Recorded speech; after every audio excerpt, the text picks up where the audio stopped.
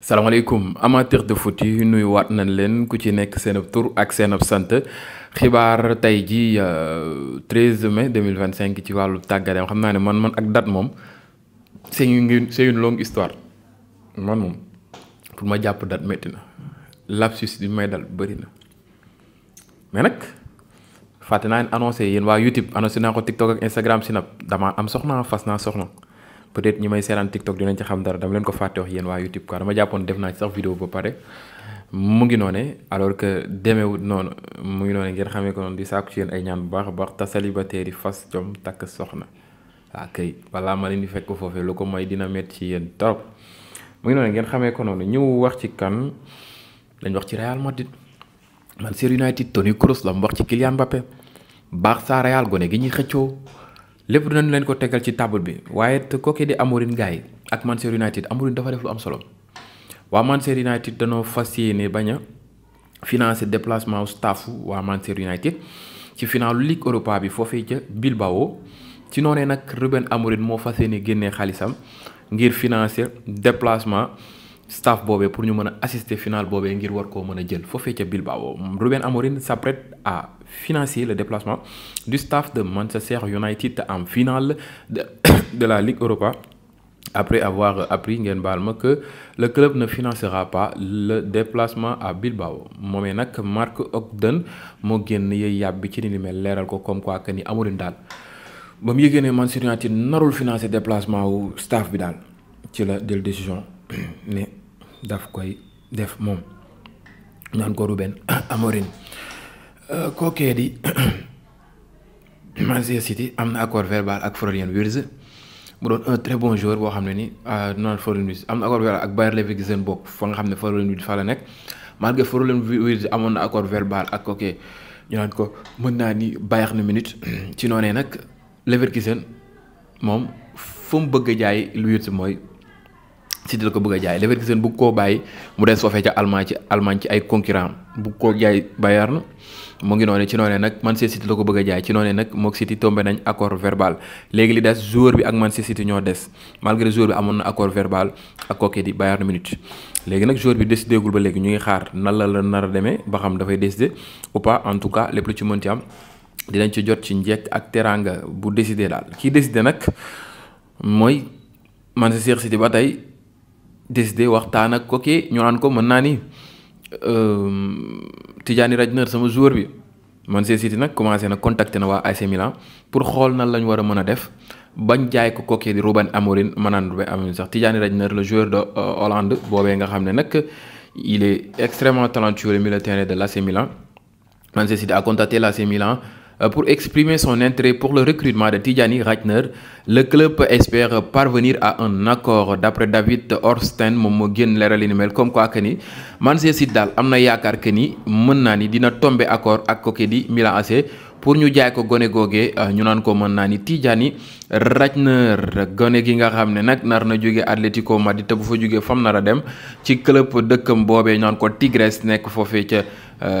du dëkkam Mexique Tigres Mexique la nekk dama juum maanaam Argentine sax Tigres Atlético Madrid ak Tigres daal tombé nañ accord pour jaay kookee di jënd kookee ñu naan ko Correa ci lu tolloog 6 millions d'euros le joueur de l'Atlético Madrid amatul temps de jeu nekkatul ci meilleur niveau bañ ko xamee woon ci noonu nag peut-être dina dem pour renouveler wu waat nekkaat ci raay bi pour jugaat ngir mën a wëyal jëm sa kanam a kanam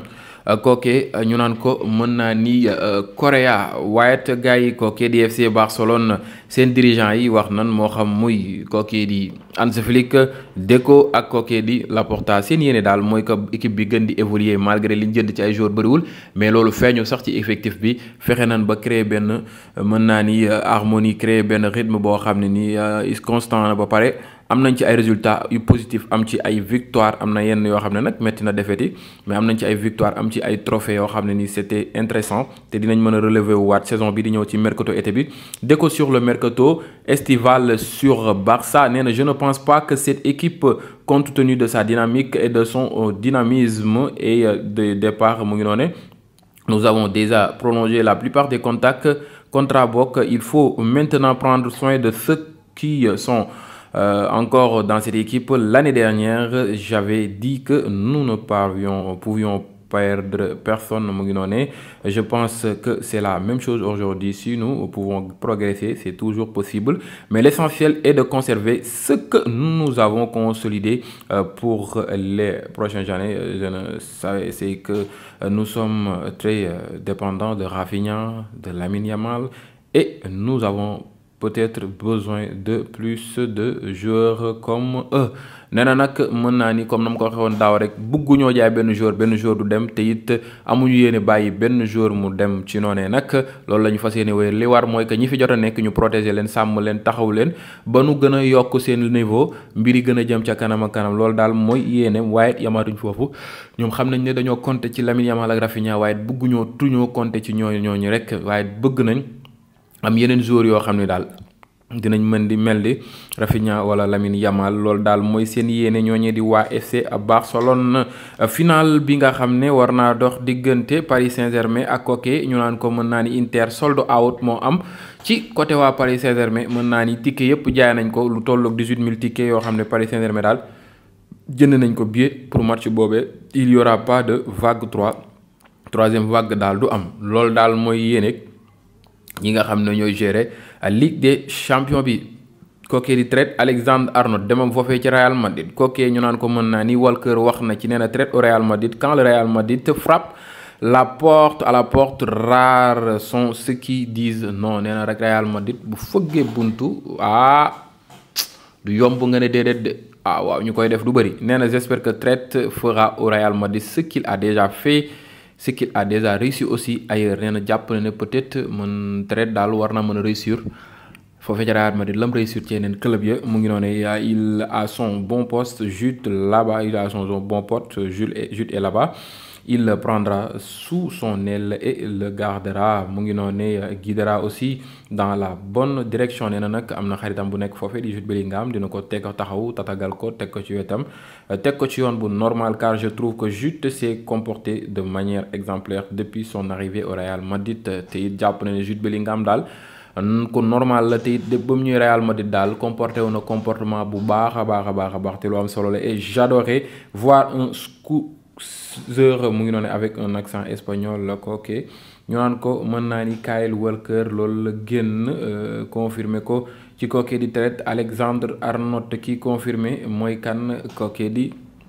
Toni Kroos kal la confirmé Kylian Mbappé mi nga xam ne def na ay jaloore jamono yi ñu toll nii moo xam muy classico bi Ligue des champions match yi weesu triplé mi laal daal c'est autre chose ci noonu nag Toni Kroos nee na Kylian Mbappé c'est un joueur hors pair un joueur de classe mondiale joueur bu exceptionnel la mu ngi noonu le classico le meilleur joueur du classico nee na c'est Kylian Mbappé mooy meilleur joueur bi ci classico bi personne n'a dit que ça devait être un joueur de l'équipe gagnante mu ngi noonu kooku di Kylian Mbappé nag def triplé ba pare jëlu sax MVP nee na normalement moo waroon jël MVP nag triplé boobu bu àndoon ak victoire leneen la triplé boobu en général force dafa war a ànd ak victoire mais malheureusement mu ngi noonu l'équipe de Real Madrid n'était pas assez bon pour gagner le FC Barcelone pas de Ligue des champions pour le Real Madrid cette saison cette année mu ngi noonu ce n'est pas la faute de Mbappé il a franchi une grande étape et cela mérite d'être salué nee na Real Madrid bu jël Ligue des champions du faute Kylian Mbappé de il a tout fait franchir na état bi nga xam ne niveau bi nga xam ne fa lañ ko doon yemale franchir na ko dépassé niveau boobee ba mu ngi ca kaw a kaw nee daal problème bi du kookee di Kylian Mbappé Toni Kroos ba tey mooy wax nee na kookee di FC Barcelone Real Madrid da ko mëne 2-0 jàpp na ne sax mënul dóor kookee di FC Barcelone ba tax nag ñu bàyyi lépp kookee di FC Barcelone exploité loolu gagné ce match ñoom même bañ mënee 2-0 sax ñoom dañ doon douter que ni war nañoo mën a gagner ce match même après le 2-0 j'avais des doutes sur le fait que le match tournerait en faveur du Real Madrid pour être honnête pour moi c'était une bénédiction de mener 2-0 mbégte la woon ba pare chance la woon nga mën 2-0 nga waroon exploité woo ko nee na Barcelone continue à jouer comme si de rien n'était on ne dirait pas qu'ils ont peur de perdre le Real Madrid doutait encore après 2-0 même Real ba mu mënee 2-0 sax da doon sikki sàkka ba xam sax dina mën a gagné kookee di FC Barcelone te c'est quelque chose boo xam ne nii vraiment le Real Madrid ne mérite pas ça. Toni Kroos daal bëgg na Real Madrid tegwaat ci raay bi góorgóorlu jugaat lu ko mooy mbir mi dina gën a critique te dina gën a métti ci ñoom boo sañoon daal day retrouver le meilleur Real Madrid bi nga xam ne moom la yàgg a xam kookee ñu naan ko Toni Kroos. ci Real Madrid Barça googee ba tey ci la ñuy des nag kookee ñu naan ko mën naa ni Real Madrid boobee sax ci mooy la ñuy des kooku joueur boobee di Vinicius moom nag jënd na beneen club deuxième clubam la jënd moom de mu ngi jënd rek xam nga ñu ngi ko doon soupçonné comme quoi que ni lim denc ci ay club lim doon propriétaire ci club yi dafa bëri yenn club yu bëri. bii nag nee nañ bii mooy deuxième club boo xam ne jënd na ko club bi après Alverca mu ngi doon le club brésilien Atlético qui évolue en deuxième division brésilienne. Vinicius il devient désormais propriétaire ci Vini mu ngi investir daal ci football non mais mu ngi investir de waaw baax nañ toog di ko seetaan rek waaye gars yi Real Madrid googee ba tey fa la ñuy des wax ci kookee di Arda Güler Xabi Alonso xam ngeen yàgg naa bëgg Arda Güler ba mu nekk Leverkusen yàgg naa leen ko wax te ñëwam Xabi Alonso foofee ci Real Madrid avantage yu Arda Güler la malgré Arda bokkoon na ci plan Real Madrid ren mais dina ci gën a bokk joxoon nañ ko gëdd dinañ ko gën a jox gëdd kookee di Arda Güler le Turc mu ngi noonu Xabi Alonso adore Arda Güler il est un grand fan du joueur daf ko bëgg te it fanam la waaye te Arda Güler a toujours eu un rôle clé dans le projet mais avec l'arrivée de Xabi Alonso son importance devient encore plus grande. Arda Güler nag ku ñu bàyyi woon xel la ci projet Real Madrid bi amoon ci avenir bu baax a baax waaye bàyyi xel boobu dana gën a yokk ak ñëw kookee di Xabi Alonso nga xam ne daal yéeneem daal mooy kookee di mën naa ni Arda Güler nekk ci les joueurs les plus importants de cette équipe nag il est talentueux il peut le faire c'est un joueur très intéressant mu ngi noonee ngeen xamee ko noonu waaye gars yi xibaar gi ba tey ci Real Madrid lañ koy tëjee ak Barça ñoomee nga xam ne nag gone gi ñuy xëccoo jamono ji muy Utsen dañuy njëkkee si Barça Real Madrid c'est vrai contacté na ko dinañ mujjee si Barça la Real Madrid dañ ko mujjee moom nu mujjee ak Utsen mais Barça aussi contacté na Utsen loolu moom il faut ngeen xam ko Di Marzio moo ko leeral que ni gone gi daal Barça teg na ko bët te bëgg na ko am ci clubam contacté na ko. mu ngi noonu après ba nu bàyyee dossier kookee ñu naan ko Jonathan Tah teg ko à côté actuellement Araujo wanewuloo daal xel Christensen ci ay blessures la nekk te dépassé na trentaine bi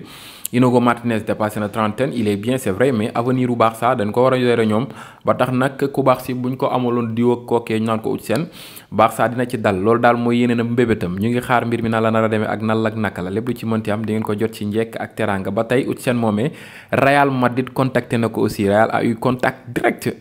avec le camp de Dani Utsen mu ngi noonu le Real Madrid et la priorité du joueur mu ngi noonu c'est confirmé gone gi daal mën naa ni yéeneem dem Real ci la nag doon na wax comme quoi que ni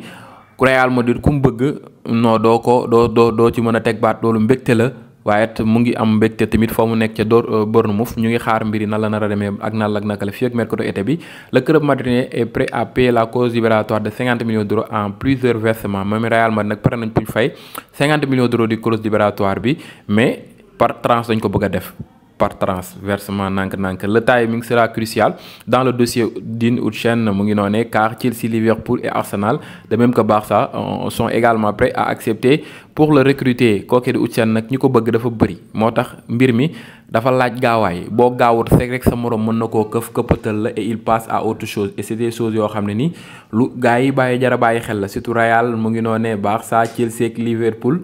ba ci Arsenal ñu bëgg gone googee kon nag mbir mi mu ngi noonee maa ngi xaar ci commentaire yi ban club ngeen ko gën a yéene ngeen bindal ma ko ñu waxtaanee ko mu ngi noonee gars yi loolu nekkoon xibaar tey ngoonu tey bi le 13 mai 2025 ci wàllu tàggat yaram képp koo xam ne yaa ngi may seetaan te abonné goo suma chaîne YouTube bu ko tàyyi bësal bouton s'abonner bi ngay liker di commenter di partager loolu ngeen ñu mën a soutenir bu baax a baax ci xibaar yi nga xam ne ñu ngi leen koy jox matin midi soir di leen wax gars yi mën naa ni takki leen soxna célibataire yi takki leen soxna célibataire yi takki leen soxna xëy ñu lay jox ndékki dafa neex waaye di xëy di rang ci meeru ndékki kuy war a tëdd nelaw di rang ci mbeeru cere yeeg restaurant yeeg ñoom seen walla caag nga takk soxna noppalu takki leen soxna waaw baax na maa leen wax rek waa ngeen jekki nag seen i xiir gi lay génne léegi teg leen alxatir ngeen dem fas takki soxna kay falaa yem ak yéen nag mu ngi noonee ngeen xamee ko noonu en tout cas bëgg naa ci yéen gis naa seen i encouragement ak seen i ñaan ak soutien ak mbégte beeg lépp yëg naa lépp gis naa lépp yàlla mi am fay yàlla na leen yàlla fay sàmm leen teg leen ci yoonu siraatal mustaqim en tout cas mu ngi noonee gars yi dans l'ensemble c'était ça la vidéo de ce soir 13 mai 2025 ci wàllu tàggat yaram jàmm ci yéen képp koo xam ne nii nag yaa ngi may seetaan te fekk ne abonné go abonné bu ko fàtte ma fàttali la ko ñii di like nag deneen like bu baax a baax lu am solo la ci mbir mi mu ngi noonu jaa ngeen jëf ba beneen yoon ci yeneen vidéo merci à vous